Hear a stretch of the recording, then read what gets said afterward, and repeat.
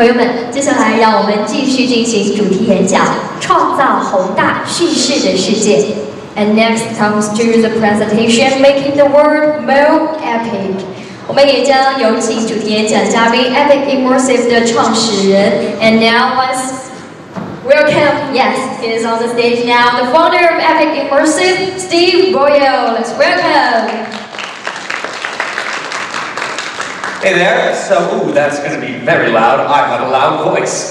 More on that in a moment. So my name is Steve Boyle. I am the CEO of Epic Immersive. The title of this, thank you, is Making the World More Epic. The speech is not named after the company.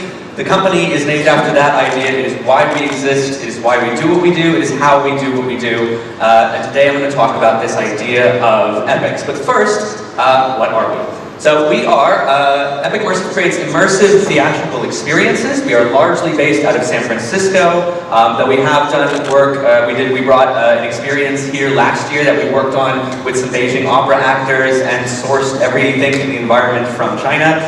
We've created work in Paris, and you can look for more coming from us soon in cities like Los Angeles, New York, and Santa Fe over the coming 2 years. Our experiences are immersive, they are also live, they are also real world. They are not in virtual reality, though sometimes they do use virtual and augmented reality. They take place in real environments that you can move around, that you can touch, that you can interact with, where you genuinely feel like you are living out a dream, where you are surrounded by characters and storylines, where you have an active presence and an active role. We have created huge experiences, we've created very intimate experiences. Everything from 14-acre fictional cities with over 100 actors and hundreds of audience members to hyper-intimate experiences with 6 actors and 6 audience members where you spend a lot of time being seen and being in conversation and having a real presence with somebody else. We create ticketed public events. We also work a lot with corporations. We're based out of Silicon Valley, so Apple, Google, Facebook, all of these companies have come to us and asked us to create custom, private, immersive experiences for them. At our experiences, people have done everything from plunged through slides in fireplaces into underground wonderlands. They've crawled through the vaults of famous authors and relived journeys through the afterlife. They've gone into replica London Underground subway stations, into secret society masquerades. They've launched into mixed reality experiences from inside of Victorian mansions. They've joined every class of society and worlds where reanimating the dead was possible. They've joined masquerades from revolutionary France on the docks of San Francisco overlooking the Golden Gate Bridge. In our work, we prize multidisciplinary and cultural collaborations. This is a really big deal to us, and we'll get a little bit to why later. So we've done giant civic cultural festivals, taken over a Japantown in one of our cities out west, and worked with a lot of neighborhood artists. We've worked with everything from musicians, taiko drummers, hip-hop artists, ballet folklorico dancers, escape room designers, virtual reality developers, swing dancers, circus performers. A lot of our belief system and the way that we think about this work is about taking a lot of different styles and bringing them together, which is pretty epic. So, all right, why epic? Why is the title of this Making the World More Epic? Well, to get into that, we have to get into why I got into immersive theater in the first place. I got into immersive theater by way of the theater industry, and I like to think that I got into the theater industry, strangely enough, by way of religion. My parents raised me to be a very staunch atheist, and then immediately, from the age of like 3 or 4, sent me to Christian schools because they were good schools. And they said, hey, go to this school, like it, study hard, you're going to go to church, you're going to go to religious classes, don't believe them, smile, take heart. And I loved them. It was my favorite part. And it was my favorite part because there was nothing else like it. It was a place with pageantry, with spectacle, with stories, with participatory rituals, where you came together with your community in one place to think about your purpose in the world. The stories that you were being told taught you how to live. They stretched back millennia. They were amazing and exciting and violent and cool. And you got to come together with everybody in your world, to be together, to meet new people from your community, to think about your life, to think about death, to ask yourself how to be a good person, to envision a new world together. I loved that. And I loved that even though I was the only guy there who didn't need to buy into it for those 2 hours or 3 hours, whatever it was, completely be enveloped in that world and leave changed. It was the only thing that gave me that feeling that you get late at night as a kid, thinking about the vastness of the universe, the smallness of yourself, the grandeur of your life, and asking what it is to be alive. It was the only thing like that for me until theater. Not that theater is boring. That theater, Shakespeare. Shakespeare is what first changed my life because it had all those same things. Big outdoor Shakespeare festivals where you would gather together in beautiful, scenic, stately locations with utter spectacle, violence, love. You were a part of it at those experiences. You came, you ate, you drank, you cheered, you made noise, you were seen. The stories stretched back hundreds of years and they connected people together through various experiences and adaptations. They told stories about different parts of society, everything from kings to gods to clowns, everything from the divine to the dirt. And you went on that same journey with your community. You were together, you thought about who you were, you asked yourself how to live, and of course you do envision a new world together because all of those experiences end either with the overthrow of an order or with a wedding. Now, I then went from Shakespeare. I thought I'm very inspired. I want to do theater. And so I did theater, and I found it very boring. Sitting in half-empty rooms, watching people maybe talk to each other at a kitchen table. This wasn't for me, but I was determined that we needed these places, these church-like theatrical places to come together to be part of a community, to consider our role in the world, to consider how our lives are epic, and to have these stories inform our future. So I went around the world in an effort to learn more about epics and how to create them. I spent a lot of my early 20s in India and Thailand and Bali. I was living in New York. I was working with all sorts of different artists and storytellers to figure out how to bring these ideas together.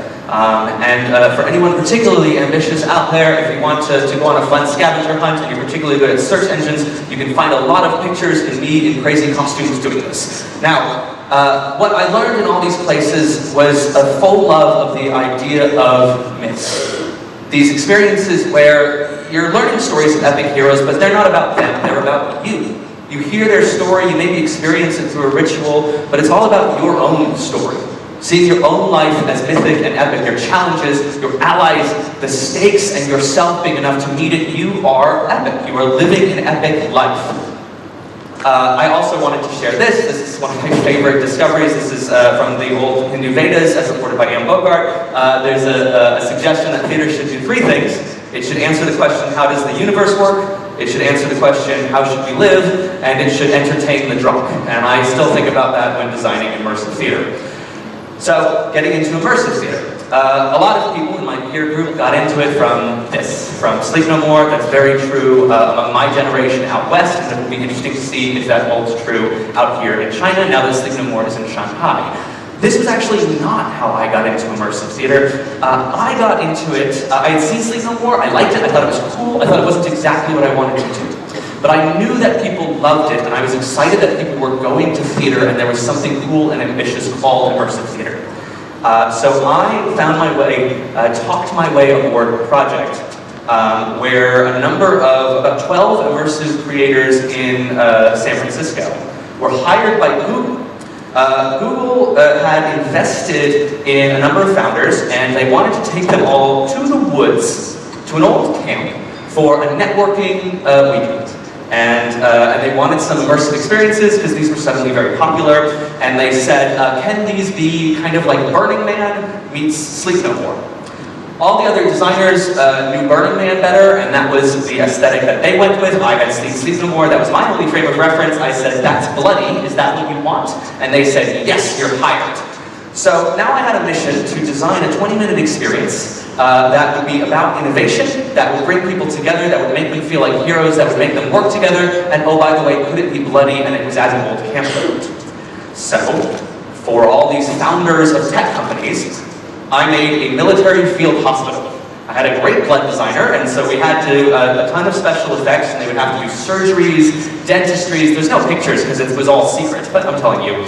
I was amazed that all these founders that I could never get into an old theater would instead want to be genuinely part of the world, getting their hands dirty, going through intense and traumatic and beautiful moments. There was one tent where we had a character and we would tell these founders, we would say, hey, this is the one person we can't save. She's going to pass away. She's really scared of what's coming. Can you go in and sit with her and tell her about a time in your life when you were scared of something that was going to happen inevitably and how you faced it? And for 6 hours, person after person, founder after founder, went in that tent, sat with an actor, held her hand, and told her about the most intense moments of their lives. When they lost their mother, when their kid got sick, when their company failed. They sat there, they were open, they were honest with her, they cried with her, and I thought, my God, this immersive theater thing isn't a fad, it's not a gateway drug, this is the whole ballgame. I told that story. Someone said to me, hey, I have a 14-acre fake town. It's got a big light tower and a bunch of old buildings. Do you want it? I said yes, and we were off to the races. So, in the work that we have done since, in this immersive theater work, we have attempted to recapture all of the complexity, beauty, and intensity that I found in those earlier moments in churches and Shakespeare festivals. And we have attempted to weave together new, modern myths and epics that do that fundamental thing of you going on an epic journey, you experiencing and learning about someone's epic journey, and you actively thinking about your life in those terms and being able to walk away with a renewed, transformed sense of who you are in this world, what you can let go of, what you can take on, what metal you are made of, and what is to come in your life. So, here are these principles, and they're based on those earlier slides about spirituality. So, it's a very big deal to us to gather communities together. It's a big part of our work, and we even have community building events in the cities we work in. When we're doing experiences, we like to make sure that these communities are reflective of the diversity of the people around us, both in the makeup of the artists and in the styles. This is a picture of a Mexican classical dance group that we brought on. All those different artists is a passion of ours to see how can you bring these different elements of the city that you live in, these different styles, these different histories together to have this essential moment of sharing and human connection together. We're big fans of spectacle. It is not the reason for what we do, it's one of the tools. One of the reasons I'm a believer in spectacle is because I'm a believer in the idea of awe. That once you experience awe, you open yourself up to more profound journeys, to bigger thoughts. You also tend to relax into the experience because you are liking it, which I think creates a new vulnerability. I sometimes joke that a lot of our experiences begin with parties and end with tears. It works. We like to use stories rooted in history or shared stories or new stories that nonetheless feel classic because they're based on structures like Shakespeare that are familiar, grand, and human. We like to work a lot with history and known stories and put our own spin and our own world on them because people often have prior attachments to those, and they've heard about those, they've imagined them, and now it's a chance to live inside of them. Structurally, we usually do this. We usually have one core storyline to follow. And this is your sort of, it's not always exactly an epic hero, but there is a protagonist, there is a core story. You can follow that and experience the rest of it, knowing that you've basically understood the world, you have a sense of what's going on, you're following a story which is driving forward. We have storylines that we then weave around that. This is what we call like B-plots. They expand the world, they echo its themes, they complicate its themes. One of my favorite parts about immersive theater is the amount of different stories that you can follow, the idea that you can go many times and experience new things, which then complicate your view of the world, contradict what other characters have told you, muddy their narratives, so you can emerge with a more nuanced and personal point of view. And then we have a guest journey that closely mirrors those themes and gives you these moments like that moment in the tent when you can sit with an actor facilitator and reflect on yourself and your life, but with the permission of this fictional world. And it's funny. It's sometimes it looks like therapy, but something about having embarked on that fictional world and being surrounded by it opens people up in a way that, with their own life, with their own identity, they might be more hesitant. So, a couple little case studies. One is called the Infernal Motel. This was an experience in San Francisco, a very intimate one, about Dante Alighieri, who is the author of a story called The Divine Comedy, in which he travels through the afterlife in order to come back to Earth, know how to live a better life, and eventually go to heaven and reunite with the girl he likes. In our story, it was all about being too attached to your own story. It was about attachments, and in our story, it began with him having come back to Earth, or attempted to go back to the afterlife to relive it, and getting stuck there and having been there ever since. So in our journey, guests got to experience his world where he was living and relive the experience of his travels to the afterlife with him as he was surrounded by living memories. They experienced him letting go of his sense of self and letting go of this woman he pined for 700 years. And then the crucial part, which is that every guest then had this opportunity to sit down with an actor who, in the context of the story, was a bellhop in this motel that had been based on Dante Alighieri's memories. They were told as part of the story that the whole motel was going to disappear. And if they had anything from their own lives that they wanted to leave there, they could. And people would sit, and they would cry, and they would give up the things that had held them back because the story and Dante's path had given them permission and context with which to do that. Some pictures from that. Our experience, Wonderland, takes the classic story of Alice in Wonderland. So this girl, as a child, she goes to a magical world. It's confusing, weird, scary, awesome. In our story, she is now getting older. She's getting married. She's about to enter a new phase of her life, and she's wondering who she is. Does she want to go back and experience Wonderland and be like a kid again? Or does she need to give up on childish things, move on, be an adult, be serious? Of course, unsurprisingly, our experience is about the fact that you can do both. You can have it both ways, and as an adult, you get to create your own Wonderlands for yourself and Wonderlands for other people. That's part of the responsibility of being a creative adult, is that you don't give up on childish things. You create those things with intention. And so in our experience, we follow Alice on her journey doing that as we get off track and stuck and get ourselves into a little bit of trouble in the kingdom that she's in. And of course, along the way, our experiences with the characters in the world teach us this same lesson. We have to use inventions and rule-breaking creativity to be able to get out of trouble, reunite with Alice, and be part of her having that same experience. Some pictures from that show. One of my favorite pieces, we did a piece about the very real story of in the Japanese-American internment camps in the United States. These children in the 40s used to throw swing dance events as a way of using music and dance and community to keep them surviving in the most difficult of circumstances. And then these young men ended up actually going straight from these concentration camps to serving in the United States military. It was a story that we hoped would be powerful but not relevant, that unfortunately became overnight very, very relevant. This was a story about the idea of enduring and rising above, and it was a story that people experienced by being a part of one of these dances at the camps, learning to swing dancing with other people and actors, and following the stories of some main characters as they went on that journey, so that your journey got to mirror the main character's journey. That is actually a musician who had played at those camps in the 40s. We based the story on interviews that we did with people who had been at the camps and played at the camps. We were fortunate enough to have him even come down and play in our band during the experience. We've done this show on 2 different years. In the first year, he played in the band, and by the time the second year came around, he had passed away. It really was one of the last chances to hear this story from the people who had lived it and to create it with them.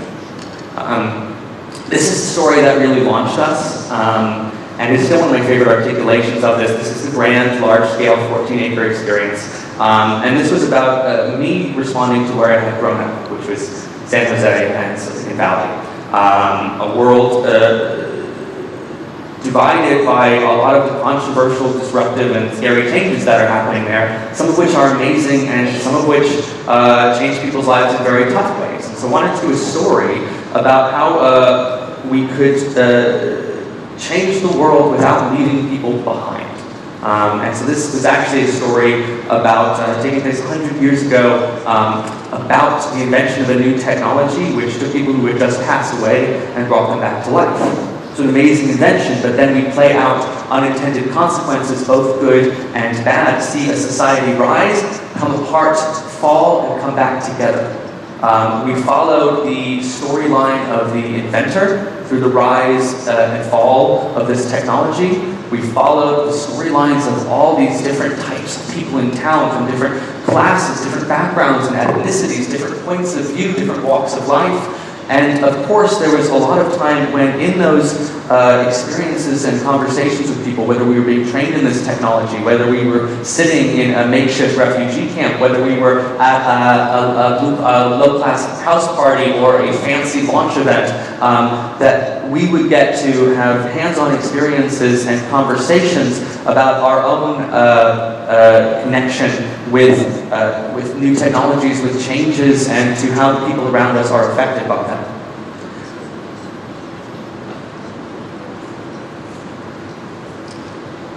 All of this boils down to this key idea. It's the one we begin with, that all of these experiences are all about this concept, that you are epic. Your story is epic. Your challenges are epic, the stakes are epic, and you are able to make them like an epic hero. 3, 2, making the world epic. Thank you guys so much. Thank you very much for your presentation.